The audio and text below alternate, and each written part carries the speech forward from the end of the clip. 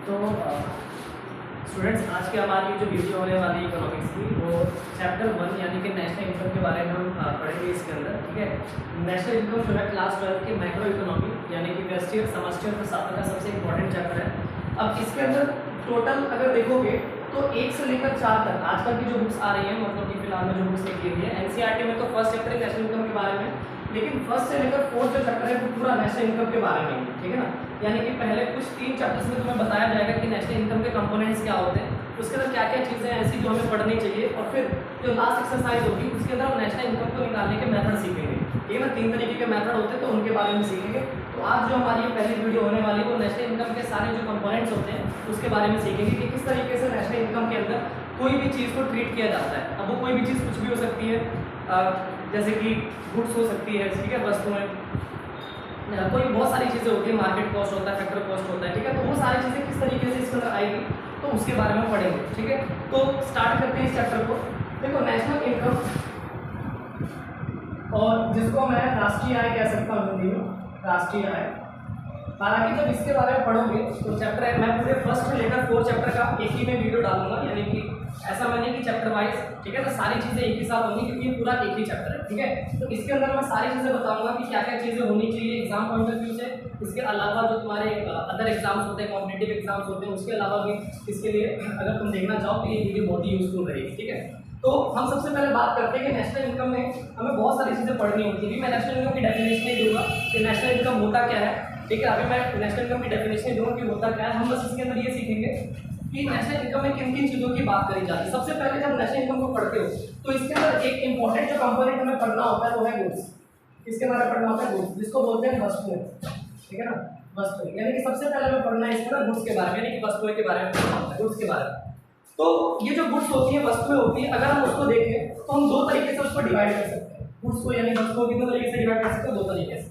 पहला, ये सारी चीजें जो पढ़ रहे हैं वो नेशनल इनकम में ट्रीट होंगी, तो इसमें सभी को अपनी अच्छे से ध्यान से सुनना है और समझना है कि क्या होने वाली चीज।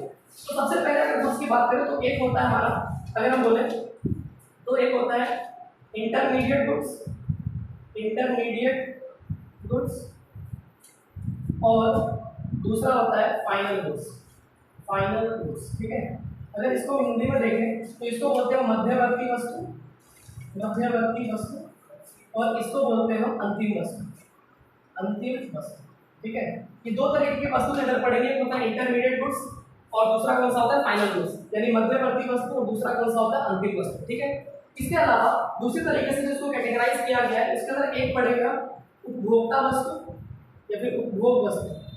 ठीक है, जिसको बोलते हैं हम कंजम्पशन गुड्स, कंजम्पशन गुड्स। ठीक है ना, और दूसरा इसके अंदर जो पढ़ेंगे हम वो तुम्हारा हो जाएगा कैपिटल गुड्स, कैपिटल गुड्स, जिसको बोलते हैं हम पूंजीगत वस्तु, पूंजीगत वस्तु। तो ये बहुत इंपॉर्टेंट होने वाली है, इसके बारे में ध्यान से समझना क्योंकि डायरेक्टली एग्जाम में क्वेश्चन पूछा जाता है। इसके बारे में पूछा जाता है कि कौन से गुड्स जो होते हैं वो इंटरमीडिएट्स होते हैं, कौन से फाइनल गुड्स होते हैं, सभी को अच्छे तरीके से याद रखना है।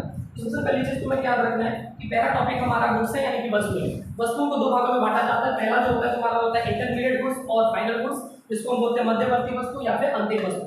दूसरा जो आता है हमारा तो उपभोग वस्तु यानी कि कंजम्पशन गुड्स, और दूसरा होता है कैपिटल गुड्स यानी बोलते हैं पूंजीगत वस्तु। तो अब एक एक करके इन सभी को समझते हैं कि क्या है ये गुड्स। सबसे पहले अगर हम बात करें तो बात करते हैं इंटरमीडिएट गुड्स के बारे में।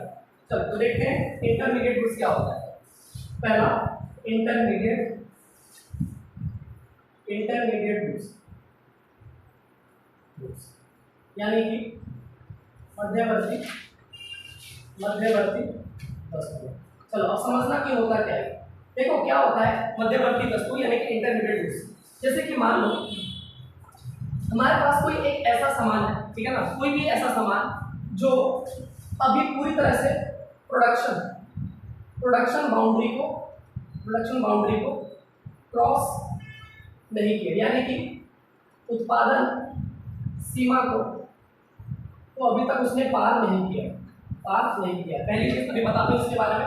पहली चीज क्या याद रखना है कि प्रोडक्शन बाउंड्री को जिस गुड्स ने अभी तक पार नहीं किया, मतलब अभी तक इस गुड्स को पूरी तरीके से जनता के हाथ में नहीं पहुंचाया गया है, यानी कि ये वस्तु ऐसी वस्तु होती है जो कि अभी इसके ऊपर काम चलेगा, अभी इसके ऊपर और ज्यादा काम चलेगा और अभी ये जनता के हाथ में नहीं आएगी। ठीक है, दूसरा इसमें वैल्यू एडिड जो है वो पॉसिबल है, वैल्यू एडेड क्या है, पॉसिबल, यानी कि इसके अंदर हम मूल्य की वृद्धि कर सकते हैं, ठीक है ना। इसमें क्या हो सकता है, मूल्य की वृद्धि हो सकती है, ठीक है ना। पहला, प्रोडक्शन बाउंड्री जो है वो क्रॉस नहीं करी। दूसरा, वैल्यू एडेड जो है इसके अंदर जो वैल्यूज को बढ़ा सकते हैं। कैसे वैल्यूज को बढ़ा सकते हैं, जैसे कि मान लो किसी फैक्ट्री में कोई भी सामान बन रहा है, ठीक है ना, किसी फैक्ट्री में कोई भी सामान बन रहा है, मान लो शूज बना, ठीक है ना, शूज बना। अब ये जो शूज बना, अब ये जो जूता बनाया है किसी फैक्ट्री में, इसको कौन खरीदेगा, होलसेलर वाला। अभी जो होलसेलर वाला खरीदेगा तो वो क्या करेगा, जनता के पास जब जाएगी तो वो अपने इसके अंदर यानी जूते के प्राइस में कुछ ऐड करेगा, वैल्यू को ऐड करेगा, तो बेचेगा, ये तो अपना फायदा कहां से निकालेगा, है ना। तो इसलिए वैल्यू को इसके अंदर क्या करना है, ऐड करना है, ठीक है। तो पहली चीज, प्रोडक्शन बाउंड्री को क्रॉस कर चुका है, क्रॉस नहीं किया हो। दूसरा, वैल्यू एडेड जो है इसके अंदर क्या है, पॉसिबल है, वैल्यू एडेड क्या है इसके अंदर, पॉसिबल है। और तीसरा इसके अंदर याद रखना है कि ये जो इंटरमीडिएट गुड्स जो होती है वो कंज्यूमर के लिए अभी यूजेबल नहीं है, या फिर ऐसा कह सकते हो कि कंज्यूमर के रीच में अभी तक नहीं पहुंचे, कंज्यूमर के पास अभी रीचेबल नहीं है ना, अभी पूरी तरह से उसके पास पहुंचे नहीं है, ठीक है ना, समझ गए, यानी कि कंज्यूमर के पास अभी पहुंची नहीं है ये चीज, ठीक है। तो याद रखना ये तीन चीज, यानी कि इसका जो है उपभोक्ता इस्तेमाल नहीं कर सकते, ठीक है ना, या फिर अभी उपभोक्ता के पास जो है वो पहुंची नहीं है इसमें, ठीक है। याद रखना है इन तीन चीजों को। अगर इंटरमीडिएट गुड्स के बारे में बोला जाए तो तीन चीजों के बारे में याद रखना है। पहला, कि प्रोडक्शन बाउंड्री जो है अभी तक क्रॉस नहीं हुई है, यानी कि अभी भी उसका प्रोडक्शन चल रहा है। दूसरा, वैल्यू एडेड, यानी कि उसके ऊपर मूल्य वृद्धि अभी होगी, यानी कि उसके अंदर वैल्यू को ऐड किया जाएगा। अभी बताओ, वस्तु अगर बनेगी तो उसके अंदर और ज्यादा कॉस्ट बढ़ेगा, तो उसके अंदर वैल्यू अभी बढ़ेगी। तीसरा, कंज्यूमर के पास अभी पहुंच में नहीं है, यानी कि अभी इसका फाइनल यूज, ठीक है ना, या फिर ऐसे कह सकते हो कंज्यूमर के पास फाइनल यूज के लिए नहीं है, नॉट फॉर फाइनल यूज, ठीक है ना, फाइनल यूज बाय कंज्यूमर, यानी कि उपभोक्ता के द्वारा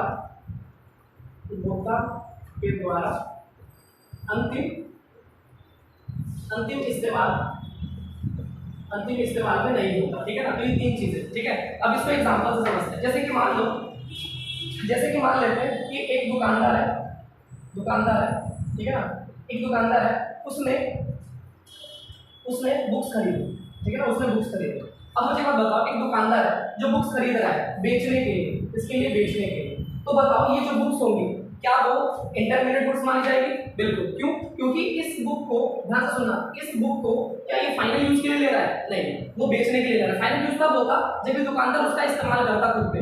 लेकिन क्या ये फाइनल यूज के लिए ले रहा है? नहीं, फाइनल यूज के लिए ले रहा है। दूसरा, क्या इस पर वैल्यू बढ़ेगी? बिल्कुल। वैल्यू कैसे बढ़ेगी? जैसे कि मान लो दुकानदार ने इस बुक को 20 रुपए में खरीदा है, ठीक है ना, 20 रुपए में खरीदा है, तो जाहिर सी बात है जब वो बेचेगा तो थोड़ा सा प्राइस एक्स्ट्रा करके बेचेगा, यानी कि जैसे हो गया 22 रुपए हो गया, 25 रुपए हो गया, यानी कि वैल्यू को ऐड किया कि नहीं किया? तो इसलिए याद रखना कि जो इंटरमीडिएट गुड्स होते हैं वो ऐसे गुड्स होते हैं जो कि फाइनल यूज में नहीं है, और दूसरा कि इसके अंदर वैल्यू को ऐड किया जाएगा, और साथ साथ में अभी इसके अंदर प्रोडक्शन और बाकी है। समझ गए? तो इन तीन चीजों को याद रखना, इंटरमीडिएट गुड्स जो है से क्या हो जाएगा, क्लियर। तो अब मैं तुमसे पूछता हूं कि मुझे एक बात बताओ, अगर एक किसान है उसने ट्रैक्टर परचेज किया है तो उसके लिए क्या माना जाएगा?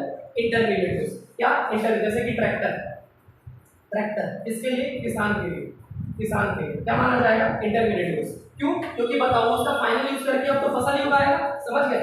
दूसरा, अगर मैंने बोला कि एक सिलाई मशीन किसके लिए, कि किसी उपभोक्ता ने खरीदी सिलाई मशीन, तो सिलाई मशीन उसके लिए क्या है? उसके लिए इंटरमीडिएट गुड्स, सॉरी ये तो फाइनल गुड्स है, ये इंटरमीडिएट गुड्स में नहीं आएंगे, ठीक है, ये फाइनल गुड्स होंगे, इसको इंटरमीडिएट में काउंट नहीं करेंगे क्योंकि ये इसका फाइनल यूज हो रहा है, ठीक है। ये मैंने गलती एग्जांपल दे दिया इसका, तो इंटरमीडिएट गुड्स में ये नहीं आएंगे। इंटरमीडिएट गुड्स में जैसे कि मान लो कि जो ट्रैक्टर है वो किसी शोरूम ने खरीदा है, ठीक है ना, शोरूम वालों ने खरीदा है, किस लिए? बेचने के लिए। किसने खरीदा है? बेचने के लिए। तो वो क्या माना जाएगा? इंटरमीडिएट। क्यों?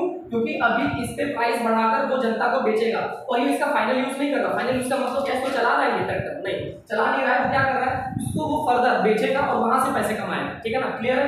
दूसरा, अगर मैं बोलूं कि किसी दुकानदार ने शूज खरीदे किस लिए? बेचने के लिए। किसके लिए? बेचने के लिए। तो बताओ ये शूज जो है क्या वो इंटरमीडिएट गुड्स होंगे? बिल्कुल होंगे इंटरमीडिएट गुड्स। क्यों? क्योंकि जाहिर सी बात है ये जनता को बेचेगा, जनता को जब बेचेगा तो जनता के पास जो वस्तुएं जाएंगी, जनता के पास जो जाएगी वो उसी प्राइस में तो नहीं जाएगी, वो क्या करेगा उसके अंदर वैल्यू को ऐड करके देगा, यानी कि उसके अंदर प्राइस को, कीमत को बढ़ाएगा, तब जाकर उसको क्या करेगा वो बेचेगा। ठीक है ना। तो आई होप कि इंटरमीडिएट गुड्स जो क्लियर हो चुका होगा। याद रखना है इंटरमीडिएट गुड्स वो गुड्स होते हैं जिसका अभी फाइनल यूज होना बाकी है, पूरी तरह से फाइनल यूज नहीं हुआ है। दूसरा कि इसमें प्रोडक्शन जो है अभी होना बाकी है, पूरी तरह से प्रोडक्शन नहीं हुआ है। और तीसरा इसके अंदर अभी वैल्यू को ऐड करेंगे। ठीक है ना, वैल्यू को ऐड करेंगे। जब तक वैल्यू को ऐड करी जाती है, जब तक कि कोई भी सामान किसी कंज्यूमर के पास पहुंच नहीं जाता, उपभोक्ता के पास पहुंच नहीं जाता। तो याद रखना तक इंटरमीडिएट गुड्स के बारे में आई होप क्लियर हो चुका होगा। नेक्स्ट अगर मैं इसकी बात करूं तो इसके बाद जो दूसरा हमारा गुड्स था वो कौन सा था, तो वो था हमारा final goods. Final goods direct इसका अपोजिट होता है, यानी कि अंतिम वस्तु। अंतिम वस्तु जो होता है इसका अपोजिट होता है। कैसे अपोजिट होता है तो बात करते हैं। देखो पहला प्रोडक्शन बाउंड्री क्रॉस कर चुकी है। इसमें क्या होता है, प्रोडक्शन बाउंड्री जो है, प्रोडक्शन बाउंड्री जो है वो क्या हो चुकी है, क्रॉस हो चुकी है, यानी कि पूरी तरह से सामान बन चुका है, अब उस पर दोबारा कोई सामान बनना नहीं है।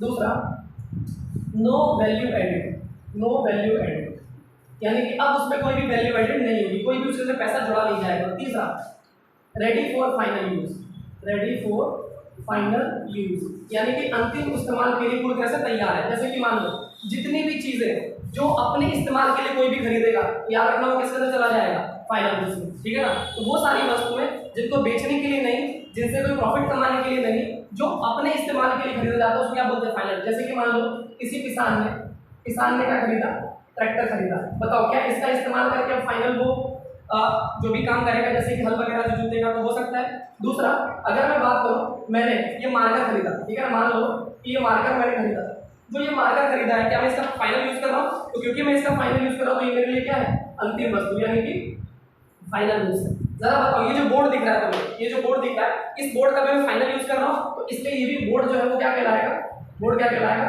फाइनल यूज कहलाएगा। यानी कि वो सारे गुड्स जिसका हम फाइनली इस्तेमाल कर रहे हैं उसके ऊपर कोई वैल्यू नहीं बढ़ी, जनता के पास डायरेक्टली चली गई, ठीक है ना, वो उसका इस्तेमाल कर रही है, उसको क्या बोलेंगे, फाइनल गुड्स बोलेंगे। ठीक है। जैसे कि मान लो यही ट्रैक्टर अगर शोरूम वाला खरीदता बेचने के लिए, तो क्या होता है उसके लिए क्या होता है वो, तो इंटरमीडिएट होता। ये जो दूसरा ये जो मार्कर है, मार्कर अगर किसी दुकानदार के पास है, क्योंकि उसने उसका इस्तेमाल करने के लिए नहीं खरीदा था, उसने बेचने के लिए खरीदा था, तो उसके लिए क्या माना जाएगा, ये इंटरमीडिएट। और बोर्ड जो है अगर किसी दुकानदार के पास ये बोर्ड है, ठीक है ना, किसी इलेक्ट्रिशियन या किसी दुकानदार के पास अगर ये बोर्ड है, तो उस बोर्ड के पास उस जो दुकानदार के पास जो ये बोर्ड होगा वो क्या कहलाएगा उसके लिए, वो उसके लिए कहलाएगा इंटरमीडिएट गुड्स। लेकिन अगर मैंने खरीद लिया इसको क्योंकि मैं इसका फाइनल यूज कर रहा हूँ, उसका फाइनल यूज नहीं कर रहा, वो उसको भी बेचेगा और उसको बेचकर फायदा कमाएगा, ठीक है ना, तो उसके लिए क्या कहलाएगा वो इंटरमीडिएट गुड्स। और हमारे लिए जो ये हम इस्तेमाल करेंगे उसको क्या कहेंगे, फाइनल गुड्स। और यार दोनों के बीच में डिफरेंस जो है क्लियर हो गया होगा, इंटरमीडिएट गुड्स के बीच में और फाइनल गुड्स के बीच में। तो इंटरमीडिएट गुड्स का पूरी तरह से फाइनल यूज नहीं होता है और जो फाइनल गुड्स होता है उसके पूरी तरह से इस्तेमाल हो जाता है। दूसरा प्रोडक्शन बाउंड्री जो है फाइनल वाले में, यानी कि फाइनल गुड्स में क्या होता है कि जो भी जितनी वस्तुएं होती है उनका फाइनल यूज हो जाता है, और जो इंटरमीडिएट है उसमें नहीं होता। वैल्यू एडेड किसके अंदर होती है, तो इंटरमीडिएट में, फाइनल वाले में वैल्यू एडेड नहीं होती क्योंकि पूरी तरह से हो चुका है। प्रोडक्शन बाउंड्री किसमें पास हो चुका होता है, पार कर चुका होता है, तो वो होता है क्या कहते हैं, इंटरमीडिएट तुम्हारा फाइनल गुड्स में। लेकिन इंटरमीडिएट वाले में क्या है कि अभी बाउंड्री क्रॉस नहीं हुई है, ठीक है, यानी कि प्रोडक्शन अभी चल रहा है उसके ऊपर, समझ गए, क्लियर है। तो ये सारी चीजें इस तरीके से तुम्हें याद रखना है। अगर मैं इन दोनों के बीच में डिफरेंस बताऊं, यानी कि एक जो तुम्हारा फाइनल गुड्स है और दूसरा क्या है, इंटरमीडिएट। तो दोनों के बीच में अगर डिफरेंस देखा तो सबसे पहला डिफरेंस तो यही होगा कि बताओ, लिख सकते हो कि प्रोडक्शन बाउंड्री जो है, प्रोडक्शन बाउंड्री ये क्रॉस कर चुकी है और ये प्रोडक्शन बाउंड्री को अभी तक इसने क्रॉस नहीं किया है, ठीक है ना। दूसरा it is for final use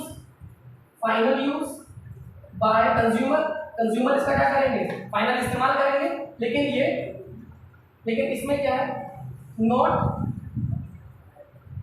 for final use, ये अभी फाइनल यूज के लिए नहीं बन पाया है, ठीक है ना, अभी इसमें प्रोसेस होना बाकी है। तीसरा बताओ क्या इसके अंदर वैल्यू एडेड पॉसिबल है, नहीं, नो मोर वैल्यू एडेड, क्योंकि फाइनली हमने खरीद लिया ना, अब हमने खरीद लिया उसको, तो बताओ उसके अंदर वैल्यू एडेड होगा, नहीं। अगर हम उसी चीज को किसी और को बेचेंगे, अगर मैं बेचूं उस चीज को, जाहिर सी बात है वो कम पैसे में लेगा, लेकिन ज्यादा पैसे में नहीं लेगा, ठीक है, इसलिए वैल्यू ऐड नहीं होगी, ठीक है ना। तो याद रखना कि इसके अंदर वैल्यू ऐड नहीं होती, लेकिन इसके अंदर अभी वैल्यू ऐड होगा, क्लियर है, समझ गए।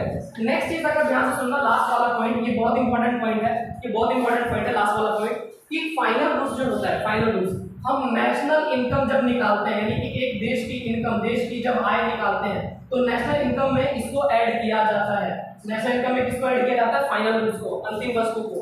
अंतिम वस्तु को नेशनल इनकम में ऐड किया जाता है, लेकिन इंटरमीडिएट गुड्स को नेशनल इनकम में कभी भी जोड़ा नहीं जाता। क्यों? क्योंकि अभी तक उसका पूरी तरह से इस्तेमाल नहीं हुआ है, अभी तक उसके अंदर वैल्यू पूरी तरह से ऐड नहीं हुई है, अभी तक उसने प्रोडक्शन बाउंड्री जो है वो पार नहीं की है। तो याद रखना, इंटरमीडिएट गुड्स को जो है वो कभी भी नेशनल इनकम में जोड़ा नहीं जाता, लेकिन फाइनल गुड्स को जोड़ा जाता है। क्लियर है? समझ गए? तो एक तरीके से अगर मैं बोलूं कि जो फाइनल गुड्स है, ये जो फाइनल गुड्स है, क्या मैं इसको फिनिश गुड्स बोल सकता हूं? फिनिश गुड्स का मतलब ऐसा गुड्स जो पूरी तरह से बन चुका है, सामान तैयार है, ठीक है ना।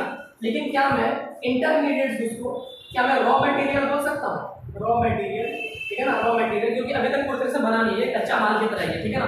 तो याद रखना, ये 4 पॉइंट लिख दोगे, अगर डिफरेंस आएगा तो पूरी तरह से क्लियर हो जाएगी, ठीक है ना। तो डेफिनेशन में इसकी डिफरेंस है, बस चौथी चीज याद रखनी है, फाइनल गुड्स नेशनल इनकम में ही जोड़ा जाता है, लेकिन इंटरमीडिएट गुड्स को कभी भी नेशनल इनकम के अंदर ट्रीट नहीं किया जाता, ठीक है। तो आई होप जो ये मैंने चीजें जो बताई है कि गुड्स का इंटरमीडिएट और फाइनल गुड्स क्या होता है, अगर क्लियर हो चुका होगा। अब हम बात करेंगे किसकी? कंजप्शन गुड्स की और कैपिटल गुड्स की। दोनों बहुत इंपॉर्टेंट है, तो ध्यान से देखना, समझते हैं इसके बारे में कि इंटरमीडिएट गुड्स और सॉरी, अब बात करते हैं हम इसके बारे में, तो कंज्यूमर गुड्स यानी कि उपभोक्ता वस्तु, यानी कि हम लोग जिन वस्तुओं का इस्तेमाल करते हैं उनको भी कई तरीके से बांटा जाता है। मुझे एक बात बताओ, जो हम कोई भी वस्तु इस्तेमाल करते हैं, कुछ ऐसी वस्तु होती है जो बहुत लंबे समय तक चलती है, कुछ ऐसी वस्तु होती है जो कम समय तक चलती है, कुछ ऐसी वस्तु होती है जो एक दिन भी नहीं टिकती, और कुछ ऐसी वस्तुएं होती हैं या फिर कुछ ऐसी सेवाएं होती हैं, यानी कि सर्विसेज होती है, जो कि हम लेते हैं। तो बताओ, अगर मैं कंज्यूमर गुड्स को, यानी कि जो हम लोग इस्तेमाल करते हैं, उसको मैं इस बात में बात कर सकता हूँ। पहला कि ड्यूरेबल गुड्स, क्या हो सकता है? ड्यूरेबल गुड्स, यानी कि ड्यूरेबल गुड्स का मतलब क्या होता है? जो लंबे समय तक चलती है, ठीक है ना, लंबे समय तक चलती है, ड्यूरेबल गुड्स। दूसरा क्या होता है? दूसरा non durable goods, sorry semi durable goods. तीसरा क्या बोल सकते हो? Non durable goods. और अगर मैं गुड्स से हटकर एक बात बोलूं, तो हम सर्विसेज का भी तो इस्तेमाल करते हैं, ठीक है ना, सर्विसेज, या फिर इसको हम नॉन मटेरियल गुड्स कह सकते हैं। क्या बोल सकते हैं? नॉन मटेरियल गुड्स,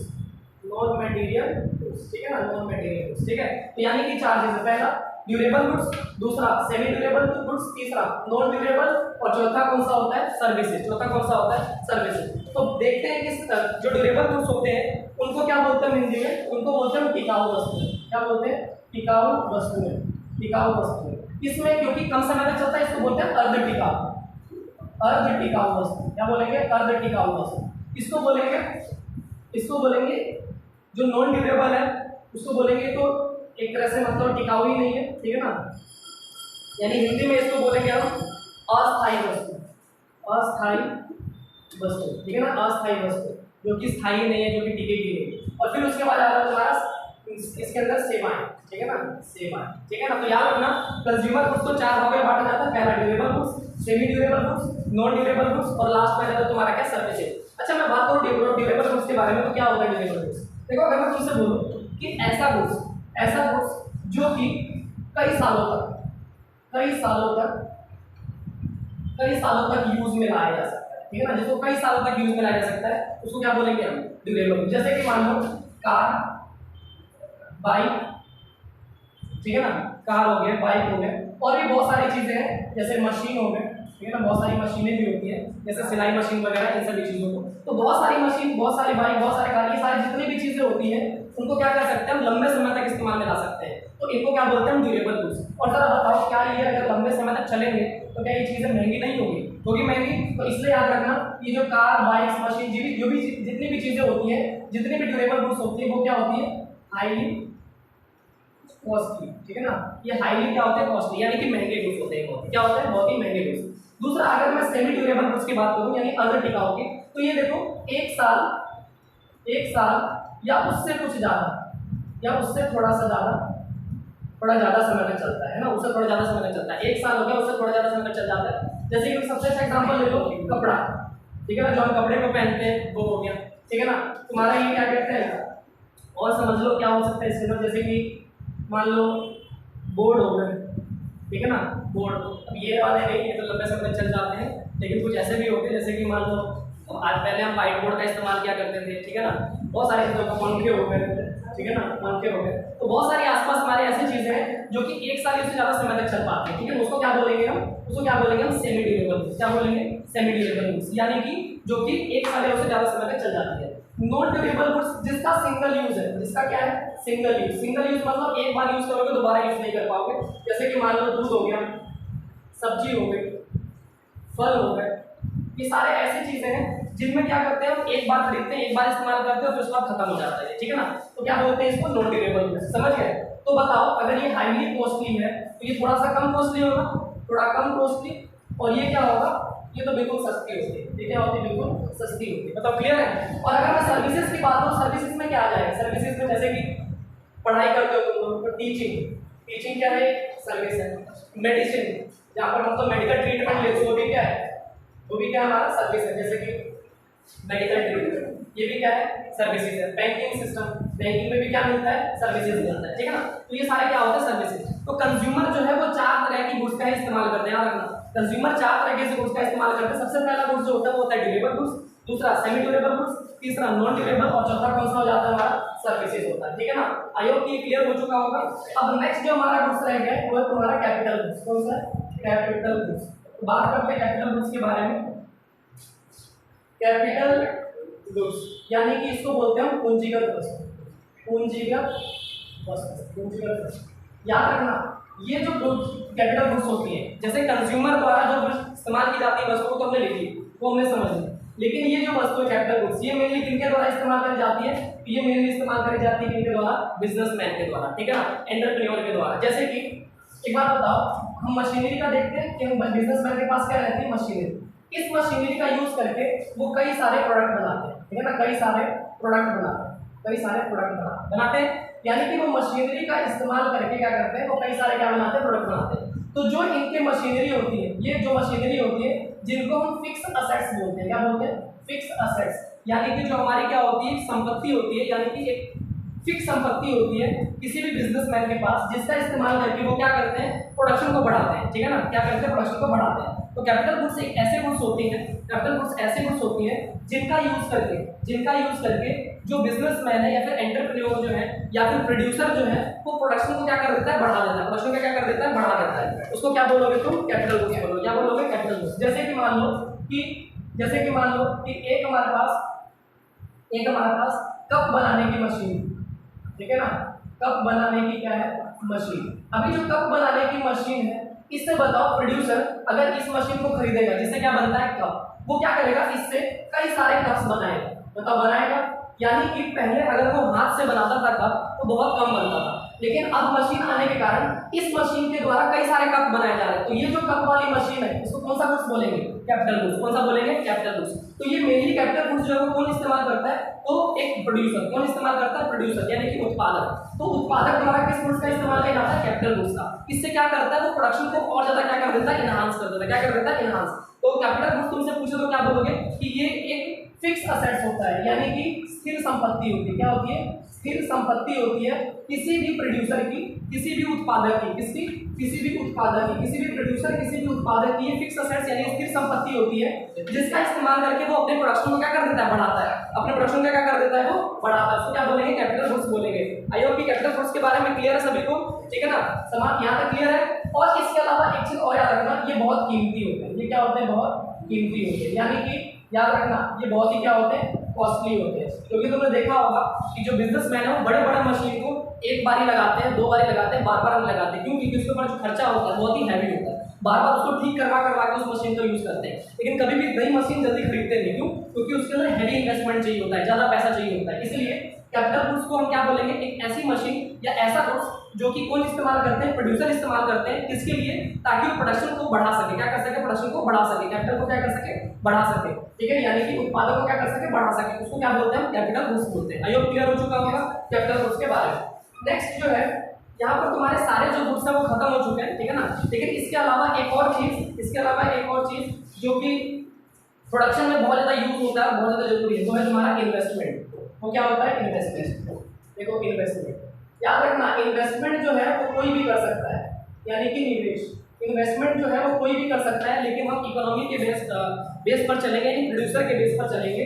तो अगर मैं तुमसे बोलूं कि इन्वेस्टमेंट निवेश क्या होता है, तुम लोग ये बोल सकते हो कि किसी भी फिक्स असेट्स पर, है ना, किसी भी फिक्स असेट्स पर या फिर किसी भी चीज पर खर्चा, ठीक है ना, जिससे कि आने वाले समय में हमें क्या मिले, प्रॉफिट मिले, ठीक है ना। किसी के द्वारा किया गया खर्चा जो कि आने वाले समय में क्या मिले, प्रॉफिट मिले, उसे क्या बोलते हैं, इन्वेस्टमेंट बोलते हैं। क्या बोलते हैं, इन्वेस्टमेंट।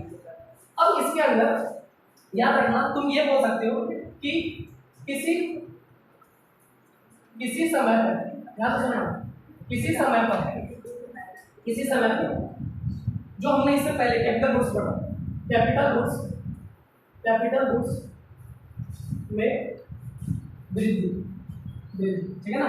इसी समय पर कैपिटल गुड्स में क्या करना, वृद्धि होगा, यानी कि increase in capital goods at a point of time. किसी एक समय पर अगर हमें दिख रहा है कि हमारे जो कैपिटल गुड्स है वो क्या हो रहे हैं, बढ़ रहे हैं, तो इसका मतलब क्या बोलेंगे, क्या हो रहा है, इन्वेस्टमेंट हो रहा है। क्या हो रहा है, इन्वेस्टमेंट। तो इन्वेस्टमेंट को दिखाते हैं हम आई से, इन्वेस्टमेंट को किससे दिखाते हैं, आई से, इन्वेस्टमेंट को आई से दिखाते हैं। और जब कैपिटल होता है अगर वो बढ़ रहा है, कैपिटल अगर क्या हो रहा है, बढ़ रहा है, तो हम इसको ऐसे लिख सकते हैं कि जो आई जो है वो बराबर होता है चेंज इन स्टॉक्स, इससे चेंज इन स्टॉक। और स्टॉक को ही हम कहते हैं हम वस्तु में। कौन सी वस्तु में, तो कैपिटल गुड्स को भी डाल सकते हो इसके अंदर, ठीक है ना। तो याद रखना, इन्वेस्टमेंट क्या होता है, तो किसी एक पॉइंट ऑफ टाइम पे जितने कैपिटल स्टॉक में वृद्धि हुई है, जितना भी पूंजीगत वस्तुओं में वृद्धि हुई है, उसी को क्या बोलते हैं, इन्वेस्टमेंट बोलते हैं। क्या बोलते हैं, इन्वेस्टमेंट बोलते हैं। उसको क्या बोलते हैं, निवेश बोलते हैं। समझ गए। जैसे कि इसके फॉर्मूले के तहत ये लिख सकते हो तुम लोग, ठीक है ना, एग्जाम में वगैरह कहीं पर लिख सकते हो, बहुत इंपॉर्टेंट है। तो इससे जैसे कि अगर हम इसको समझे, जैसे कि मैंने बोला कि मान लो 2020 में एक कंपनी के पास 10 मशीन थी, 10 क्या थी, मशीन थी, और इस मशीन का इस्तेमाल करके वो क्या बनाया करता था, शूज बनाया करता था। क्या बनाया करता था, शूज बनाया करता था, ठीक है ना। तो 2020 में एक कंपनी के पास 10 मशीन थी। मैंने बोला कि 2021 में जब देखा तो उस एक कंपनी के पास 15 मशीनें हो गई। तो जरा मुझे बताओ, मैं मशीन को क्या बोलूंगा, स्टॉक। मशीन को क्या बोलूंगा, स्टॉक। क्या मैं इसको स्टॉक या फिर कैपिटल गुड्स बोल सकता हूँ? तो जरा मुझे बताओ, पहले कैपिटल गुड्स कितना था, 10, और अब कैपिटल गुड्स कितना है, 15। तो 15 में से 10 क्या, तो कितना, 5। तो ये जो 5 जो वृद्धि हुई है किसकी, कैपिटल गुड्स की, किसकी, कैपिटल गुड्स की, इसी को क्या बोलेंगे, ये इन्वेस्टमेंट। क्या बोलेंगे, ये इन्वेस्टमेंट। समझ गए। तो इन्वेस्टमेंट का मतलब क्या होता है, किसी एक पॉइंट ऑफ टाइम पे जितने भी कैपिटल गुड्स हैं उनमें वृद्धि, उसमें क्या होना, वृद्धि, यानी कि जितने भी बड़ी बड़ी मशीनें हैं, फिक्स असेट्स हैं, उसके अंदर अगर वृद्धि हो रही है किसी समय पर, तो उसको क्या बोलेंगे, हम निवेश बोलेंगे। क्या बोलेंगे, निवेश, यानी कि इन्वेस्टमेंट बोलेंगे। क्लियर है, समझ गए। तो ये सारी चीजें याद रखनी है इन्वेस्टमेंट के बारे में, ठीक है ना। तो यहाँ पर जितने भी इंट्रोडक्शन थे गुड्स के बारे में वो खत्म होता है, ठीक है ना। तो गुड्स के लिए सारी चीजें जो है हमने देख ली कि किस तरीके से गुड्स होते हैं, कैसे हम फाइनल गुड्स होते हैं, कैसे हम इंटरमीडिएट गुड्स को पढ़ते हैं, किस तरीके से कैपिटल गुड्स होता है, किस तरीके से कंज्यूमर गुड्स होता है। और याद रखना, कैपिटल गुड्स बहुत इंपॉर्टेंट होते हैं, क्योंकि कैपिटल गुड्स का इस्तेमाल कौन करते हैं, बिजनेसमैन, और वो देश के अंदर इकोनॉमी में पैसे को, यानी इनकम को बढ़ाने में बहुत ज्यादा सपोर्ट करते हैं। इसलिए देश के अंदर जो भी कैपिटल गुड्स होते हैं उनकी बहुत ज्यादा वैल्यू होती है। तो कैपिटल गुड्स का मतलब क्या होता है, जितने भी मशीनें, जितने भी फिक्स जो मशीनें होती हैं जो बहुत महंगी होती है, जिसका इस्तेमाल प्रोडक्शन के लिए किया जाता है, यानी कि नए गुड्स को बनाने के लिए किया जाता है, उसको क्या बोलेंगे हम, ठीक है। जैसे कि मान लो मोबाइल बनाने के लिए जो मशीन होती है उसको क्या बोलेंगे, फिक्स असेट्स, यानी कि कैपिटल गुड्स। समझ गए। अगर मैं बोलूँ ये मार्कर, इस मार्कर बनाने वाली जो मशीन है उसको क्या बोलोगे, मशीन बोलोगे, और मशीन को क्या बोलेंगे, कैपिटल गुड्स। पंखे बनाने वाली मशीन को क्या बोलेंगे, कैपिटल गुड्स बोलेंगे, ठीक है ना। और यही कैपिटल गुड्स जब किसी साल बढ़ते रहते हैं, कंटिन्यूअसली बढ़ते रहते हैं, तो इसको क्या बोलते हैं, हम इन्वेस्टमेंट बोलते हैं। क्या बोलते हैं इनको, इन्वेस्टमेंट। आई होप कि यहाँ तक बिल्कुल समझ आ गया होगा, ठीक है।